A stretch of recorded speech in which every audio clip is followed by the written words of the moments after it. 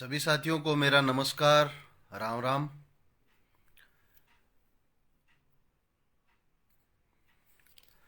रबी 2019-20 के लिए हमारे तमाम साथियों के पिछले 4-5 दिनों से लगातार फ़ोन आ रहे थे। मैं किसान आंदोलन में था, आज घर पे हूँ। कल तैयारी करके परसों वापस मुझे जहाँ पे राजस्थान का मोर्चा है शाहजहाँपुर, वहाँ पहुँचना है। लेकिन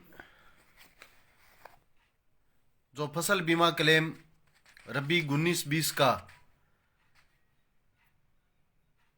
9 दिसंबर से जारी होना शुरू हुआ है, उसको लेकर के बहुत सारी उत्सुकताएं, बहुत सारी जिज्ञासाएं आप सारे लोगों के बीच में हैं। बहुत सारे सवाल भी हैं। सवाल तो मेरे भी बहुत सारे हैं, लोगों से भी हैं, सरकार से भी हैं, बीमा कंपनी से भी हैं, लेकिन असल में कहीं कोई जवाब नहीं है। 9 तारीख को 8 दिसंबर को जैसे ही चुनाव के परिणाम आए थे, अब आप इस बात को किस तरीके से जोड़ेंगे मैं नहीं समझता, लेकिन 8 तारीख को जैसे ही चुनाव, पंचायत राज के चुनाव के परिणाम आए थे, 9 तारीख को तारानगर के बीओबी बैंक में कुछ किसानों के क्लेम आ गया था। मेरे पास पहला टेलीफोन ओजरिया गांव से आया, चंगोई मिखाड़ा से आया, पंडरेऊ ताल, पंडरेऊ टिब्बा से आया। उसके बाद में पूरे इलाके से टेलीफोन आने शुरू हो गए। और मैं आपको आपकी जानकारी के लिए बताना चाहूँगा कि आपके टेलीफोन के माध्यम से ही मुझे ये जानकारी मिली कि रबी 19-20 का बीमा क्लेम जारी हो गया है। सरकार ने, प्रशासन ने, बीमा कंपनी ने किसी तरीके के पत्र व्यवहार के माध्यम से या टेलीफोन पे वार्ता के माध्यम से हमें इस प्रकार की कोई जानकारी नहीं दी। जो क्लेम आया है वो निश्चित रूप से जो बेस है, हमारे देश के अंदर प्रधानमंत्री फसल बीमा योजना है जो क्रॉप कटिंग रिपोर्ट पे आधारित है। पहले जो फसल बीमा योजना थी वो मौसम आधारित थी। वर्तमान में जो योजना है इसका बेस है क्रॉप कटिंग आधारित। मैं पंचायत राज के चुनाव के मेरे उम्मीदवारों के पक्ष में जब मीटिंग करने के लिए गांव गांव में गया, अब वोट तो आपने कितने दिए कितने नहीं दिए फर्क पड़ता है, क्योंकि हम भी घर परिवार वाले हैं, बाल बच्चों वाले हैं। हमें बार बार हारने की, आंदोलन जीतने, चुनाव हारने की और आंदोलन जीतने की आदत पड़ गई है। लेकिन जो कार्यकर्ता हैं उनको जो काम वो आप लोगों के लिए रात दिन करते हैं, वो मान सम्मान, उत्साह, हौसला आपने नहीं दिया, इसलिए वो निराश थे। मैंने साथियों से चर्चा भी की कि ये एक बदमाशी हो रही है, हमें इसके खिलाफ कुछ करना चाहिए। साथी तैयार थे, लेकिन आप चुनाव में बहुत व्यस्त थे। खैर, चुनाव हो लिए, हमारे प्रधान बन लिए, प्रमुख बन लिए, सरपंच बन लिए, लेकिन जो फसल बीमा क्लेम आया है वो उन तय मापदंडों के अनुसार नहीं आया। प्रधानमंत्री फसल बीमा योजना है, क्रॉप कटिंग आधारित है, क्रॉप कटिंग रिपोर्ट के अनुसार नहीं आया। मैं गांव गांव में मीटिंग करके जब आपके यहाँ आया था तब कह के आया था कि क्रॉप कटिंग रिपोर्ट को लेकर बीमा कंपनी ने दिल्ली की सरकार के सामने एक अपील पेश कर रखी है, और उस अपील में उन्होंने ये बेस बनाया है कि खराबा यहाँ पे जितना होना चाहिए था उससे ज़्यादा हो गया। एक आधार था कि बुआई जहाँ नहीं हुई वहाँ पर भी क्रॉप कटिंग रिपोर्ट के अनुसार इनका बीमा क्लेम बन रहा है। साथियों, आज दिल्ली में जो लड़ाई चल रही है किसानों की, वो इन्हीं कंपनियों के खिलाफ चल रही है। आप कब समझेंगे, कैसे समझेंगे, मैं नहीं समझता, लेकिन हमारे चूरू जिले में जो बीमा कंपनियां या बल्कि जितनी भी एग्रीकल्चर सेक्टर में बीमा कंपनियां हैं, मैं उनकी सिबिल रिपोर्ट आपके सामने रख रहा हूं। सिबिल रिपोर्ट से आप समझ गए होंगे कि उनकी साख क्या है। हमारे राजस्थान में या देश में जो सबसे अच्छी साख रखने वाली कंपनी है, ये एक चार्ट बनाया गया है। इसमें 30 अंकों में से अंक दिए गए हैं। एचडीएफसी आर्गो को 30 में से 28 नंबर दिए गए हैं और ये कंपनी 1 नंबर पे है अपनी साख को लेके, अपनी विश्वसनीयता को लेकर। उसके बाद में 2 नंबर पर एआईसी, जो सरकारी कंपनी है, जीवन बीमा में जो एलआईसी होती है, नौर का बताऊंगा भाई, रुको यार। उसको 30 में से 21 नंबर दिए गए हैं। ओरिएंटल इंश्योरेंस कंपनी को 30 में से 18.5 नंबर दिए गए हैं। यूनिवर्सल सैम्पो को 18 नंबर दिए गए हैं। श्रीराम जनरल इंश्योरेंस को 14.5 नंबर दिए गए हैं। चोलामंडलम को 14 नंबर दिए गए हैं। रिलायंस जनरल को 14 नंबर दिए गए। टाटा एआईजी को 12.5 नंबर दिए गए हैं। भारतीय एक्सेस 11.5 नंबर दिए गए हैं। आईसीआईसीआई लोम्बार्ड को 11.5 नंबर दिए गए हैं और एसबीआई जनरल इंश्योरेंस को 8.5 नंबर दिए गए हैं। और इसकी टोटल जो रैंक है उसमें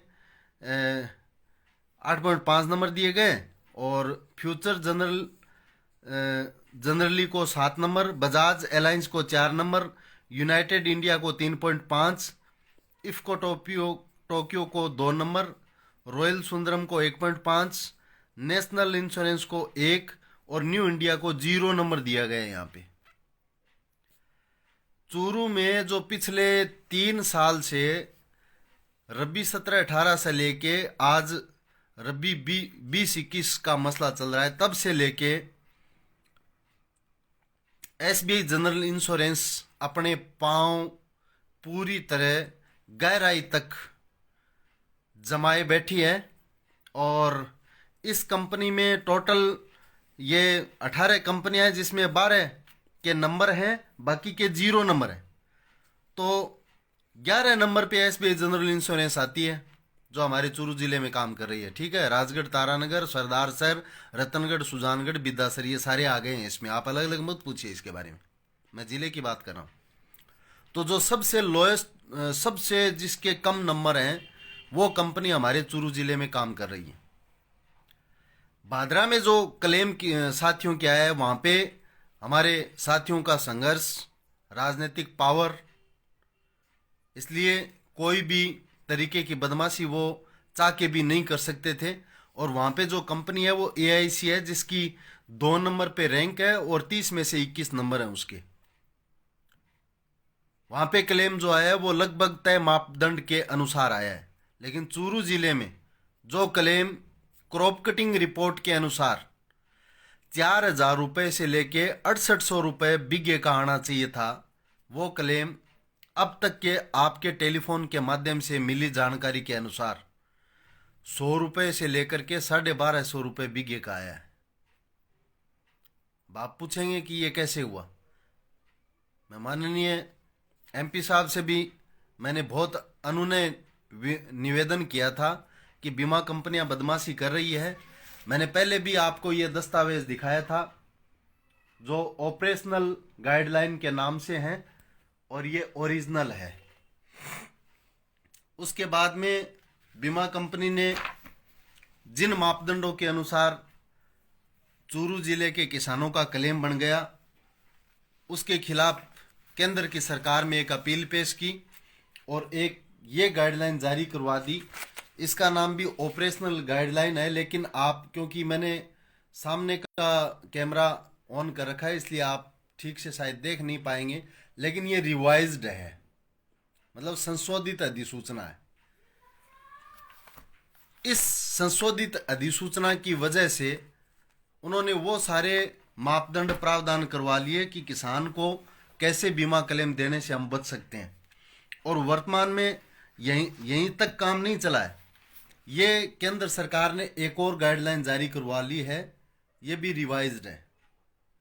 इसलिए आप ये सोच रहे हैं ना कि सारा काम अपने आप हो जाता है, बीमा क्लेम कुछ साथी कहते हैं अशोक गहलोत देते हैं, तो अशोक गहलोत तो उनका अपना विधानसभा क्षेत्र है सरदारपुरा, अगर वो देते तो शायद आपसे ज़्यादा उनको देते।